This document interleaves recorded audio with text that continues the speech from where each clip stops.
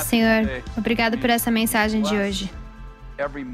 Abençoamos as mentes e oramos, Pai, para que nós sejamos abertos para as coisas do reino. Amém.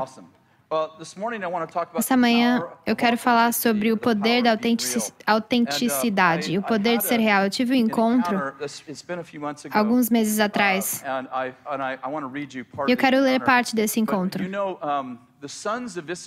Os filhos de Issacar eram famosos, pelo menos na Bíblia, por uma coisa. Eles entendiam os tempos. Eles entenderam o que Israel deveria fazer nesse tempo.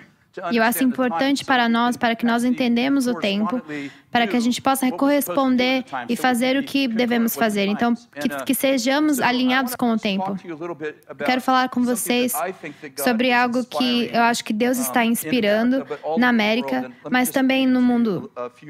Eu vou ler alguns pontos. O Senhor me disse que estamos vivendo na era da autenticidade. Ele me disse que estamos vivendo na era da autenticidade. Há um movimento subindo que desafia as pessoas a serem reais e autênticas. Eu realmente acredito que Deus inspirou esse movimento. Às vezes, eu acho que quando Deus inspira algo, eu acho que a gente não tem a certeza por que isso acontece. É tipo, por que os pássaros vão para o sul no inverno? É meio instintivo. Quando Deus se move sobre as pessoas, muitas vezes, instintivamente, nós fazemos coisas que realmente não podemos explicar. Tentamos explicar, mas não sabemos por que fazemos o que estamos fazendo. Eu acho que Deus está inspirando esse movimento de autenticidade. Eu acho que está se espalhando por todo o mundo. Eu acho que as pessoas estão cansadas de serem impressionadas a tentar a ser outra pessoa. Eu acho que se você é autêntico, se as pessoas concordam com você ou não, é mais provável que você seja confiável. Há algo sobre a autenticidade, onde o Senhor está dizendo, venha e seja real.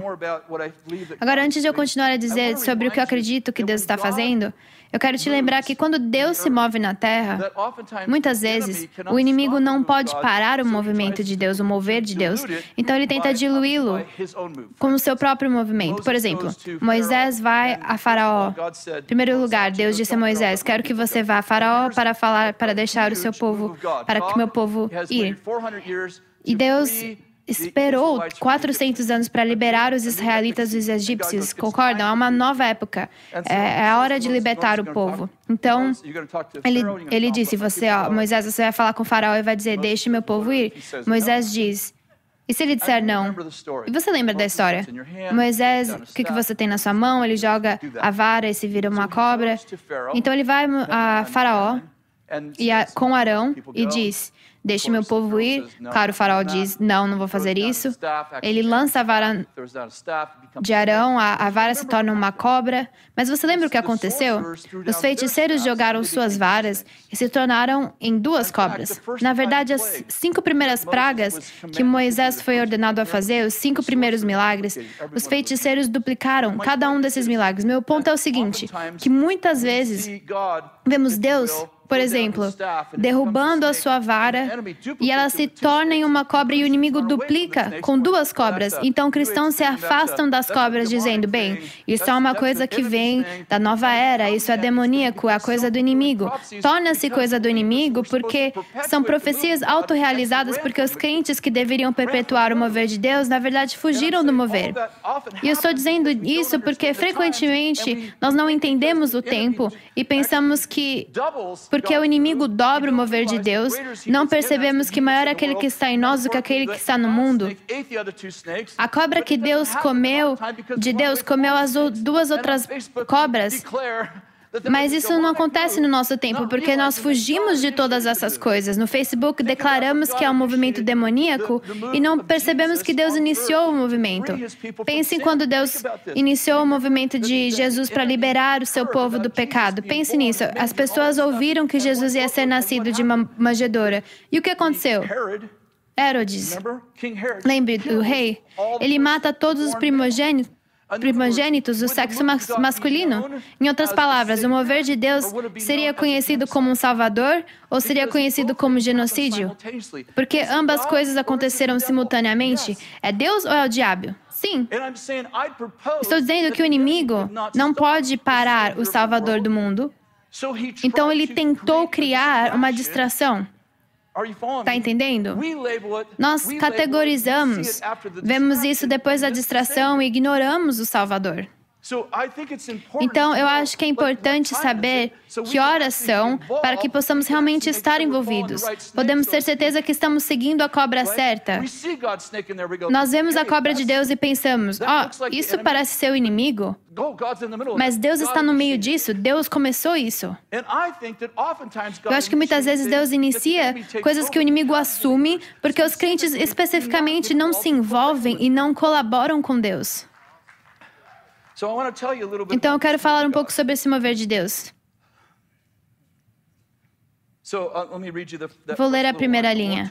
O Senhor me disse que estávamos vivendo na era da autenticidade, que é um movimento subindo que desafia as pessoas a serem reais e autênticas. Esta é a razão pela qual a religião é odiada em nosso tempo. Estamos em uma época de autenticidade que muitos sentem que a religião faz com que as pessoas se comportem de fora para dentro em vez de dentro para fora. A religião muitas vezes pressiona as pessoas a fazerem as coisas por causa da aparência de espiritualidade. Eu quero dizer que, se lembra nos dias de Jesus, que as pessoas às vezes falam assim, Jesus era tão gentil, os pecadores o amavam. Eu sugiro que nem todos os pecadores o amavam. Que a maioria dos pecadores que não o amavam eram os religiosos. Jesus era muito gentil com os adúlteros, mas não tão bondoso com as pessoas religiosas. Então, podemos colocar essas pessoas religiosas em uma categoria. Os fariseus, aqueles escribas, os saduceus, eles eram maus.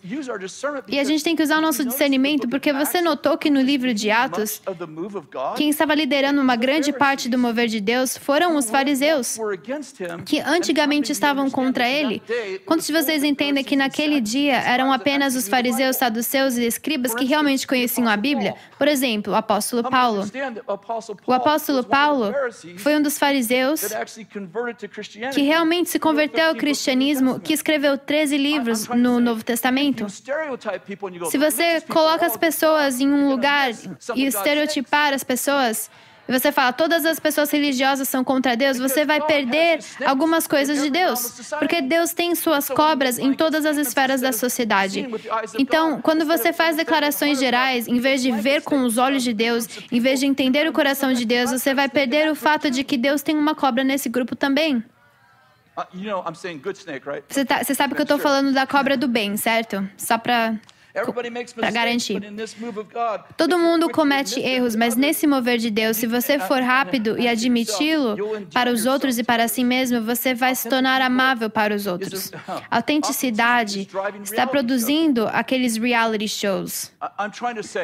Estou tentando dizer, quando Deus faz algo, isso se manifesta naturalmente. Uma das maneiras que se manifesta, que as pessoas estão dizendo, não quero mais assistir um filme de ficção, eu quero assistir um show de reality. Nós sabemos que os shows não são realmente a realidade. É engraçado. É um reality show. Mas, na verdade, não é bem assim. Mas o que eu digo é que tem uma fome de algo real. Estou cansado do seu Instagram. Seus filhos estão sorrindo, mas meus filhos não sorriem assim. Pare e me dê algo real. Uma das hashtags mais repetidas é aquela hashtag sem filtro nas fotos. Sem filtro significa que eu não usei Photoshop. Assim, eu sou realmente assim.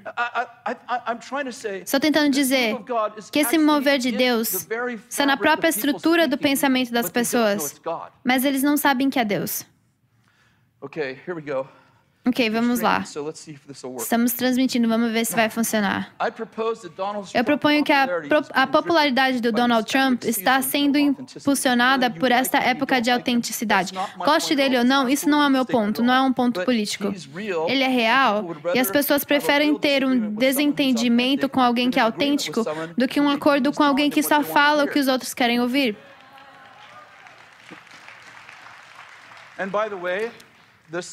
Aliás, a mesma coisa está acontecendo no Brasil agora. Tive a chance de orar pelo presidente brasileiro antes que ele fosse presidente em abril, ele e a sua família. Isso que os brasileiros estão dizendo, obviamente eu não sei, não conheço o idioma, mas isso que os brasileiros estão falando, que é o Donald Trump do Brasil. O que eu quero dizer é que as pessoas autênticas, não estou dizendo que eu concordo com suas políticas, só escute essa parte. Pessoas autênticas estão subindo para lugares de poder porque as pessoas pessoas estão famintas. Me dá o verdadeiro. Não concordo com ele, mas pelo menos eu sei o que está pensando, eu realmente sei o que ela está pensando. Algo sobre essa época de autenticidade que a serpente de Deus começou. Ok, vamos lá. Vocês estão com sorrisos. Vou fazer mais uma, vou arriscar novamente. Eu acredito que Deus está no movimento #eu-também, Me Too. Acredito que Deus está drenando o pântano, não qualquer pessoa política. Coloque seus olhos de discernimento e eu amo Chris, não importa o que ele diga, porque Chris é real. E mesmo eu não concordando com ele, nós sabemos o que pensamos sobre ele. Ok. Obrigada. Eu lhe darei uma profecia que eu acredito que é verdadeira. Eu não dou mais aquelas que eu não acho que são verdadeiras. Eu desisti disso completamente. Foi uma piada que eu fiz isso em primeiro lugar um dia. Eu acredito que Deus está no movimento #MeToo e acredito que Deus está criando moralidade através da autenticidade. Eu vou compartilhar com você em um minuto por quê e como que eu acredito nisso, mas eu acredito que Deus está se movendo na Hollywood. Eu creio que as pessoas vão começar a se levantar e dizer, eu confesso, eu fiz isso, eu estava errado sobre isso, essa pessoa me estuprou, essa pessoa me deixou. Fui para a cama com aquele produtor para conseguir o filme. Acredito que Deus está começando a criar uma cultura de confissão, de autenticidade, porque é o primeiro passo para a plenitude. Aqui está a minha previsão. Nos próximos 10 anos, pessoas, atrizes e atores começarão a se recusar a estar em cenas escandalosas, porque eles vão dizer, eu vejo que a coisa de que eu acabei de me arrepender está sendo perpetuada pelo filme que eu estava. E você vai ver nos próximos 10 anos que vai haver uma mudança em direção à plenitude, à integridade. Nos últimos 20 ou 30 anos, as pessoas gostam de comida saudável. Whole Foods é um supermercado aqui. Eu ainda não me adaptei a esse movimento. Mas sabe como as pessoas, por exemplo, pararam de fumar? 70% das pessoas da América deixaram de fumar. O que aconteceu? Não quero fazer muito ênfase, mas acredito que Deus está no negócio da plenitude, da integridade. Você pode dizer, bom, isso aconteceu, aquele comercial aconteceu. Mas Deus é o ponto de virada para a moralidade. Acredito que Ele colocou uma serpente em Hollywood, no mundo político, no mundo de Herodes e no mundo dos fariseus. Eu acho que vai mudar a cultura. Só vai mudar a cultura se nós nos envolvermos. Se não percebemos a serpente, nós não vamos trabalhar. Quantos de vocês sabem que se Moisés e Arão tivessem lançado a serpente e pensassem, isso não funcionou, vou desistir. Quer saber, Arão? Vamos tentar outra coisa.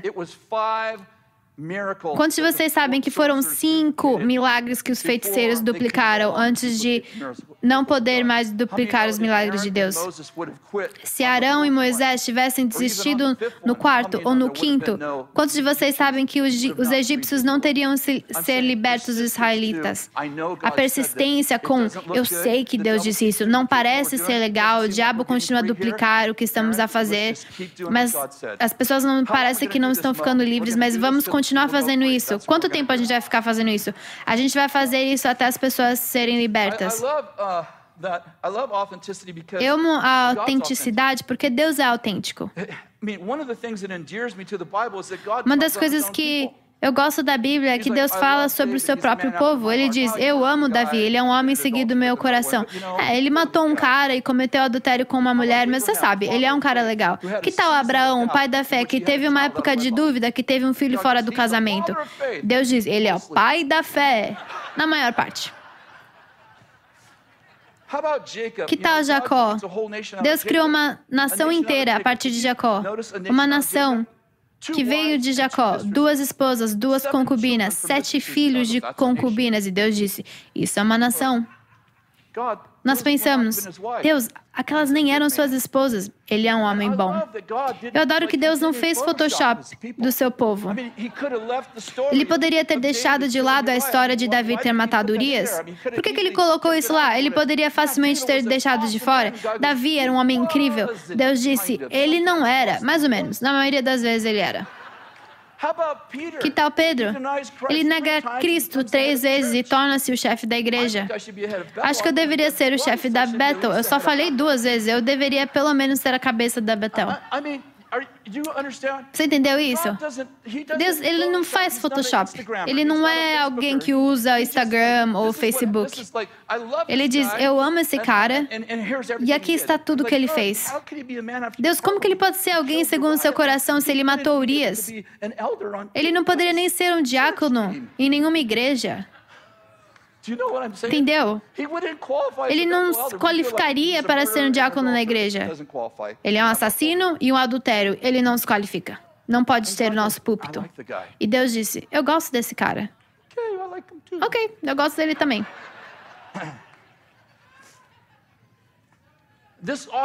Essa autenticidade, por que Deus está envolvido? Eu tenho certeza que há muitas mais razões do que eu tenho em mente. Mas uma das razões é que a autenticidade leva à confissão e que isso traz integridade. 1 João 1,9 diz, se confessarmos nossos pecados, Ele é fiel e justo para perdoar nossos pecados e limpar-nos de toda injustiça. O primeiro passo da plenitude, o primeiro passo. Você não pode tomar outro passo até você confessar seus pecados. Estou dizendo que há uma parte da autenticidade, onde eu finalmente digo, eu fiz isso, eu estava errado. Quanto você sabe, isso não resolve tudo, mas começa o processo da integridade. Deus disse, se você confessar, eu te colocarei no processo onde eu te purificarei de toda injustiça. Isso significa que a raiz central da razão pela qual você pecou vai ser tirada. Talvez era insegurança, talvez foi medo, talvez foi ódio. Mas Deus disse, eu vou arrancar essa coisa de você. Mas vai começar pela autenticidade. Você vai ser real e você vai admitir, eu estava errado. Agora, eu quero dizer que algumas pessoas ficam viciadas na confissão. Siga esse raciocínio. Há um tipo de fardo que sai quando você diz a verdade sobre o seu problema, sobre o seu pecado. Existe. Provavelmente todos nós conhecemos pessoas que aprenderam que quando eles são honestos sobre os seus pecados, um peso é removido. Mas quando vocês entendem que a confissão precisa levar ao arrependimento. Eu posso ficar viciado na confissão, mas eu nunca me torno livre porque eu continuo nesse mesmo estilo de vida. A confissão, ela quebra o poder do pecado, mas o arrependimento me conecta ao poder da graça. Paulo disse isso em 2 Coríntios 7:9. A tristeza segundo Deus produz um arrependimento que leva à salvação e não remorso, mas a tristeza segundo o mundo produz morte. Nós entendemos primeiro, nós confessamos. Ótimo. Mas ainda não somos plenos. Agora nós nos arrependemos. Deixa eu te dizer, arrependimento significa mudar a sua mente. Mas vem de 2 palavras. E eu não sei nada sobre grego, é só sobre um estudo que eu fiz. Eu mal sei inglês. Você pode ler, rir. Mas quando nasci eu falava em línguas. Meus pais me ensinaram inglês. Vocês vão entender daqui a pouco. A palavra grega, arrependimento, vem de 2 palavras. A primeira é meta, e significa depois. A segunda é eneo, que significa entender ou perceber. Em outras palavras, arrependimento significa que depois que eu pequei, eu entendi meu pecado de forma diferente. Eu já não quero mais fazer isso. Quando eu menti para minha esposa, depois de ter pecado, eu percebi, me arrependi, compreendi depois. Compreendi que isso rompe meu relacionamento com a minha esposa. Portanto, eu não quero mais fazer isso, entendeu? O arrependimento não significa, eu sinto muito. O arrependimento significa, eu vejo que foi errado e foi destrutivo. Entendeu? Então, a terceira parte do arrependimento é, Jesus disse em capítulo 3 de Mateus, ele diz, deem frutos que mostrem o arrependimento. E o que isso quer dizer? Eu adoro a ideia do Danny Silk. Ele diz que o pecado é tipo, eu derrubei o balde de tinta de 5 galões. O arrependimento é, em quem que eu derrubei? O fruto é, eu vou limpar a bagunça que eu fiz. Isso faz sentido? Esses são os passos. Isso é o que a autenticidade está liberando em nós. Esse espírito de autenticidade que o Senhor está liberando, está levando as pessoas a confessar e se arrepender e dar o fruto do arrependimento. Estamos assistindo em nosso próprio neto. Apenas 3 meses atrás, ele não estava andando com o Senhor. Ele estava fazendo todo tipo de loucura. Ele acabou voluntariando para trabalhar no incêndio, Car Fire, para um cara que realmente amava Jesus. E nós o encorajamos a trabalhar para o incêndio. Tipo, se você quiser comer, você vai estar ajudando no incêndio. Foi muito encorajador. Ele se conectou com esse homem que o levou de volta à conexão com o Senhor. E bem ali, na segunda fileira, o Senhor o tocou e ele ficou no chão por, não sei, 1h30, 2 horas. Eu estava lá naquele dia e ele disse para mim, Papa, algo como ódio me deixou. Algo tipo amargura, ódio me deixou. Eu estava no chão e eu senti como se Deus estivesse puxando para fora de mim. E eu não sei, 3 ou 4 semanas depois, a Ravila estava pregando e ela o chamou e deu-lhe uma palavra. E para o chão ele vai de novo. Ele estava cheio de eletricidade. Ele se levantou e disse, tudo o que eu quero fazer é ser pregador. Eu só quero amar a Deus. E nós estamos vendo o seu arrependimento, sua confissão. A primeira coisa que ele fez, ele disse, Papa, preciso falar com você. E ele está nos contando sobre toda a sua imoralidade que estava envolvido.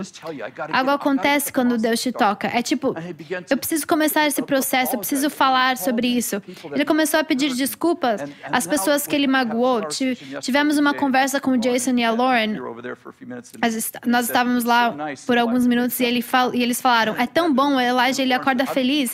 E a Lauren disse, eu não me importo que ele não limpa o quarto dele, porque pelo menos ele é bonzinho. Isso é arrependimento.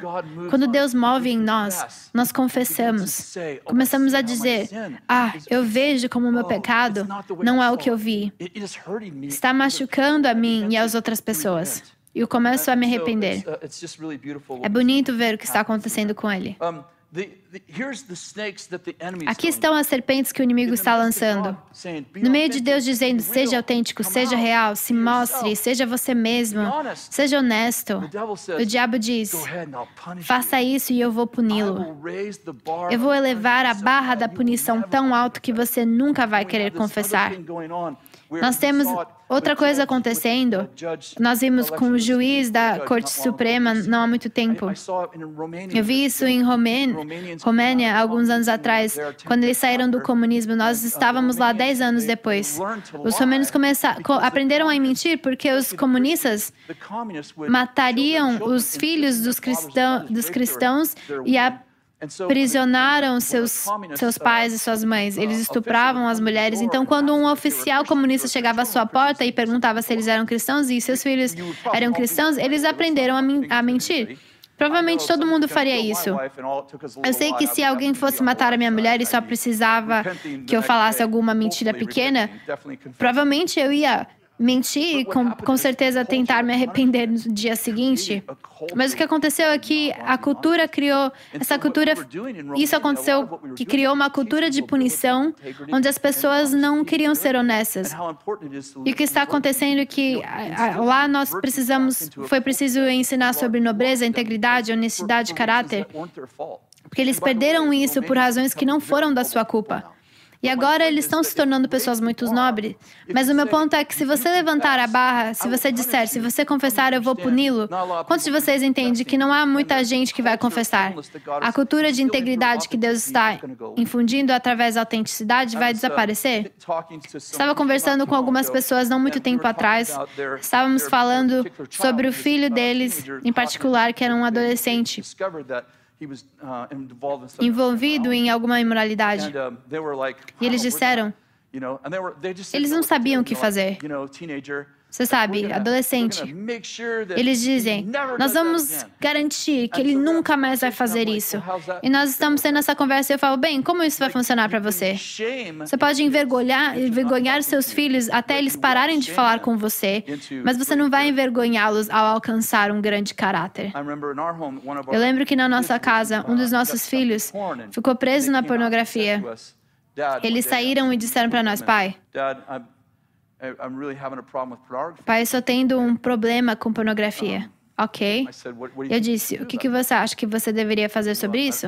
Ele disse, não sei o que eu devo fazer. Eu falei, não sei, como começou? Tem uma chave? Tem alguma porta aberta em algum lugar? O que estimulou isso? Ele disse, bom, nossa televisão não tem canais de pornografia, mas você ainda pode vê-lo.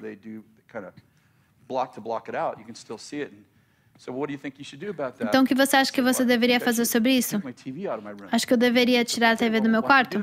Ok, então vamos fazer isso. Nós tiramos a TV, havia algumas coisas mais. Alguns meses depois conversamos e ele disse, eu ainda estou lutando, estou realmente lutando. Eu perguntei o que você deveria fazer. Aí ele falou, tenho algumas ideias. Fizemos isso por 6 meses, não estava ajudando. Ele não estava melhorando. Então ele chegou no meu quarto e disse, eu ainda estou lutando. E eu disse, sabe, eu tenho uma sensação que você deveria contar isso para a família no jantar. E ele falou, você quer que eu conte para a família toda? Eu falei, sim, porque você acha que as pessoas, que a nossa família te ama, mas você se pergunta se eles te amariam, se eles realmente te conhecessem. Quantos de vocês sabem que uma pessoa consegue perseguir 1000, mas 2 perseguem 10.000? Quando você contar para sua família, acredito que o Senhor vai acabar com essa coisa na sua vida. Através de lágrimas, na mesa de jantar, ele disse aos seus outros irmãos e irmãs e à mãe dele sobre o que ele estava lutando. E não havia um pingo de vergonha naquela mesa. Oramos ali mesmo, dissemos, estamos com você, pode contar conosco. Faremos isso juntos como a família Valton. Vamos derrotar essa coisa. Foi 6 meses difíceis depois que ele finalmente veio ao quarto um dia e disse, pai, eu não estou tendo problemas por 2 ou 3 semanas, eu sinto que está realmente fora da minha vida. Meu ponto é que temos que nos associar com a autenticidade de Deus e não com a vergonha e punição. Vergonha e punição são as outras 2 serpentes. Às vezes nos faz sentir bem. Sigam esse raciocínio. O espírito político e religioso querem defender a justiça à custa de uma pessoa. Querem que todos saibam, somos contra a mentira, somos contra o estupro, somos contra o que quer que for que a pessoa tenha feito de errado. Levamos o padrão tão alto que as pessoas nunca querem sair e confessar, porque usamos a vergonha para tentar bater as pessoas, tentar colocá-las de volta na caverna da obediência e não funciona, entendeu? Vamos se esforçar para não fazermos parceria com as outras serpentes. Bom ponto, Chris.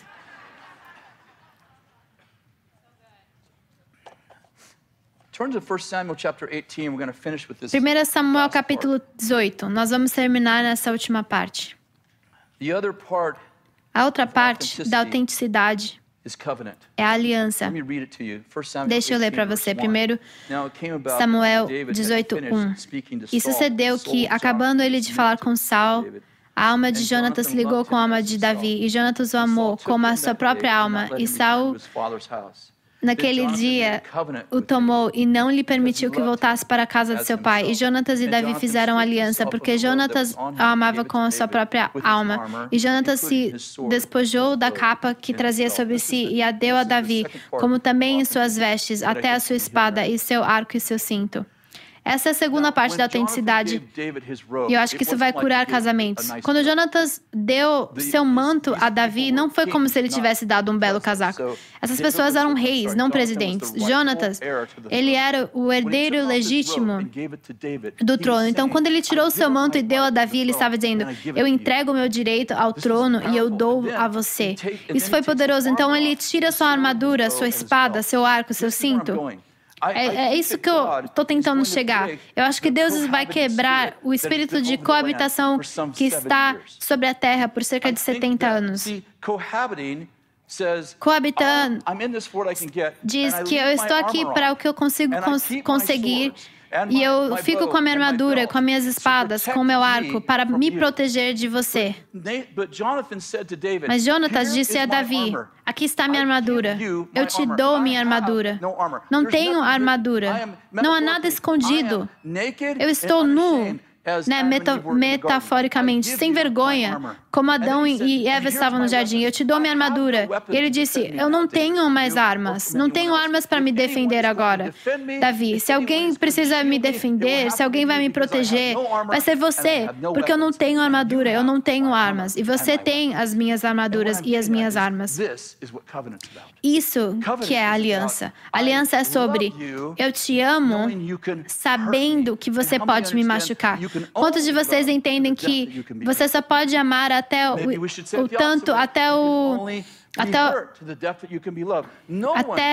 lugar que você consegue ser ferido? Ninguém pode te amar. Ninguém pode te machucar no ponto que alguém que você deixou chegar próximo de você. Quantos de vocês entendem o que traição é? Essa pessoa é contra mim, eles eram a favor de mim antes. Não, traição é isso. Eu te contei segredos que na nossa nudez, no nosso nada escondido, contei coisas com você que eu nunca contei para ninguém. E você usou no tribunal contra mim. Você usou contra mim. Você contou a outras pessoas sobre mim. Você pegou nossas coisas íntimas, que só você e eu sabíamos um do outro. E você compartilhou com outras pessoas. Você me traiu. Então eu faço um voto interno que diz, eu nunca vou deixar ninguém me machucar assim. O que eu acabei de falar foi dizer, nunca, ninguém vai me amar. Ninguém nunca me amará. Estou confinado num castelo de gelo necessitado de amor com medo daquilo de que mais preciso. E Deus diz, eis a resposta, autenticidade, saia da caverna e seja real, saia da caverna. Mas Deus, eu posso me machucar de novo. Nunca mais será amado se não sair da caverna e voltar a ser real.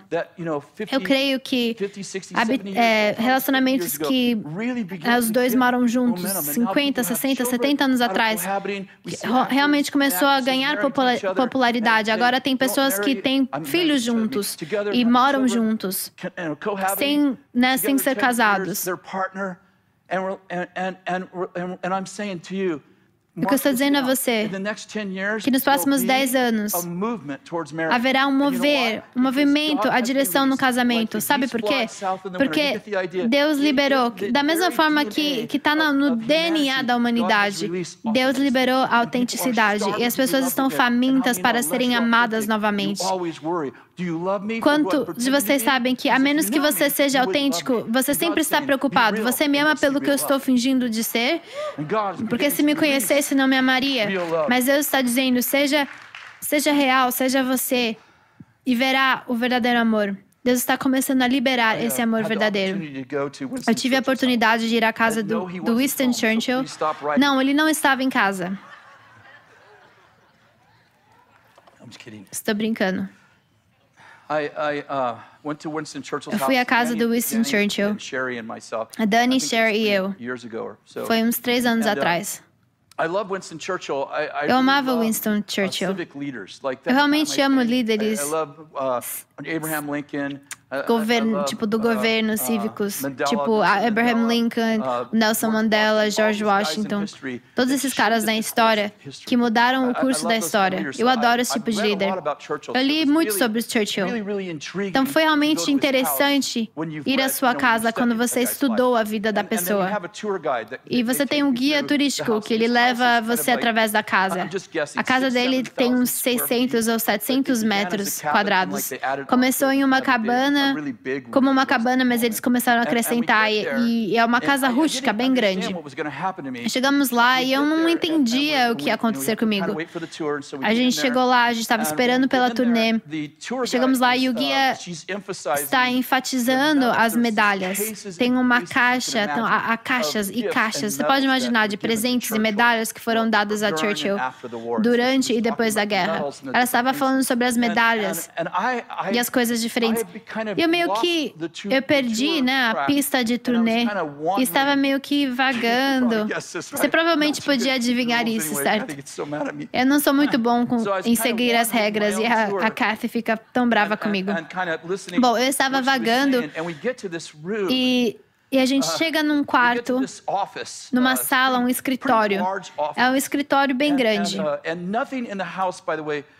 E eles remodelaram, eu eles não repintaram, nem trocaram o carpete, nem os móveis. É tudo original. Então eu entro lá e eu tinha lido muito sobre Churchill e estudado alguns dos seus discursos, especialmente aqueles que ele tinha feito na guerra. E ela disse, aqui é onde o Churchill escreveu a maioria dos seus discursos enquanto jogavam bombas em Londres. Havia um carpete desgastado. E ela disse, Churchill andava para frente e para trás aqui. E ele orava e escrevia.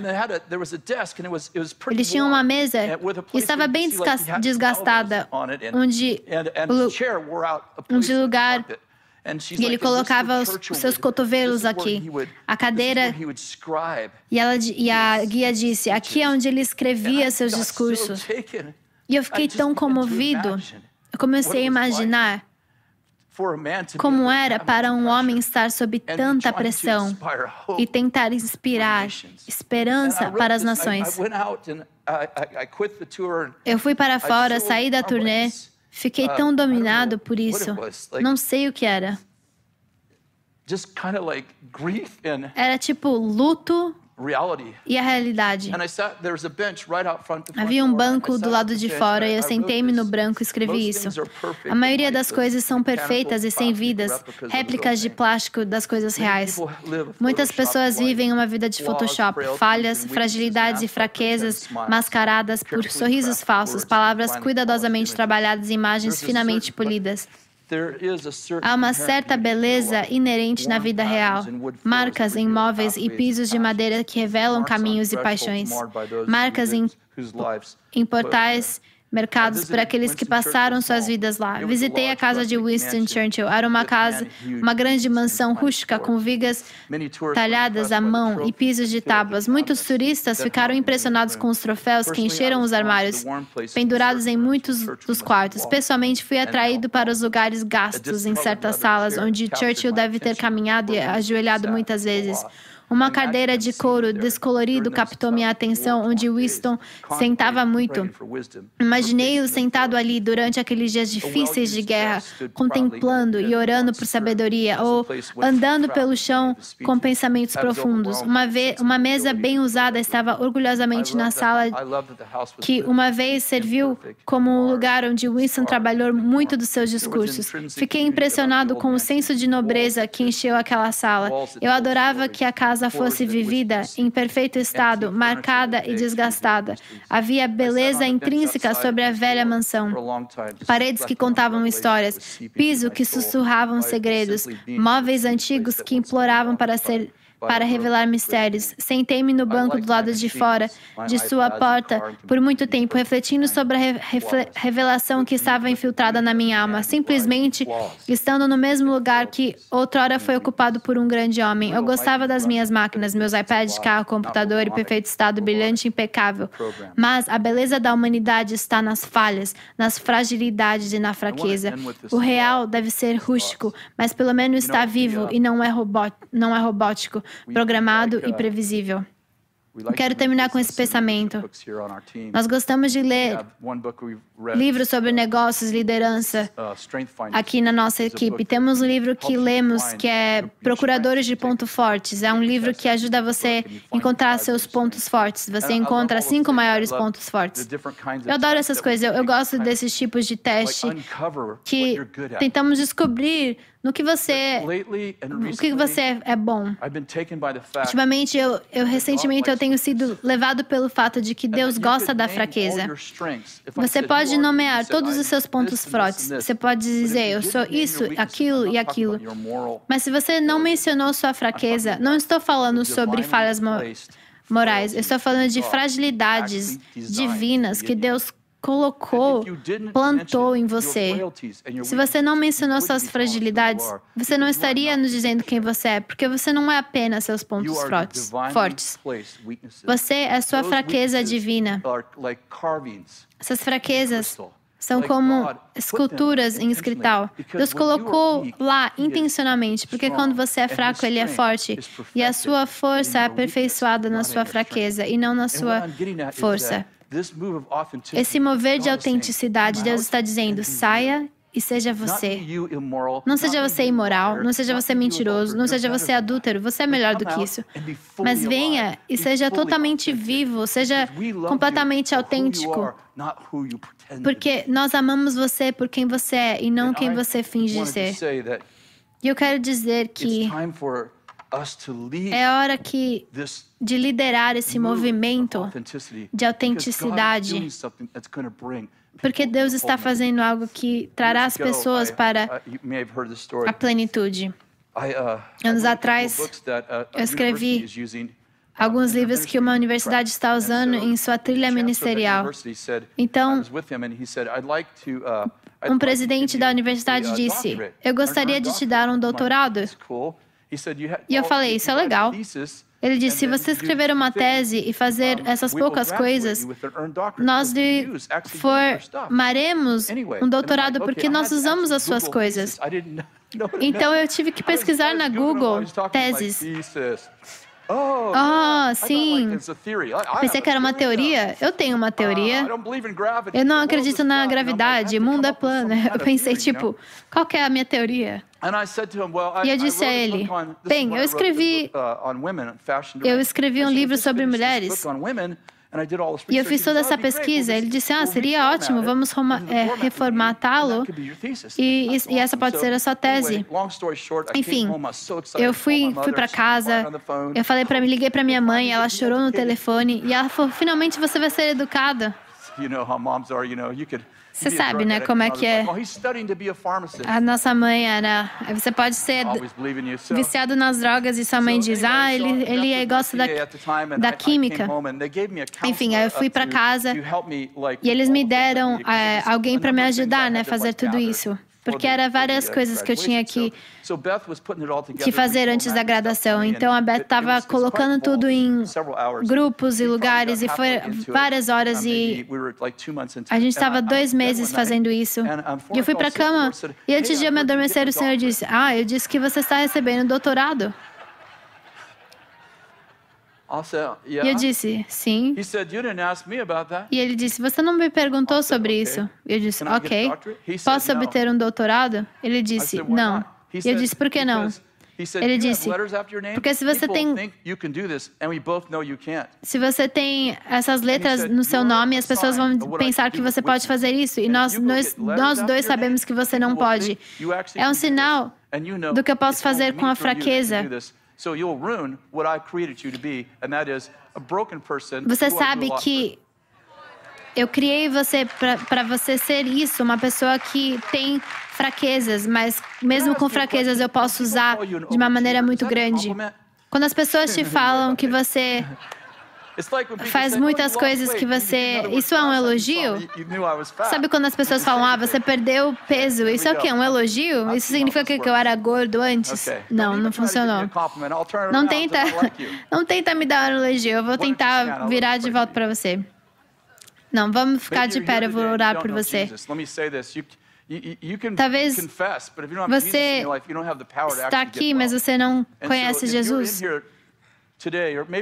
Talvez você está assistindo na Bethel TV e você pensou, eu nunca segui Jesus, eu realmente nunca dei a minha vida para Ele.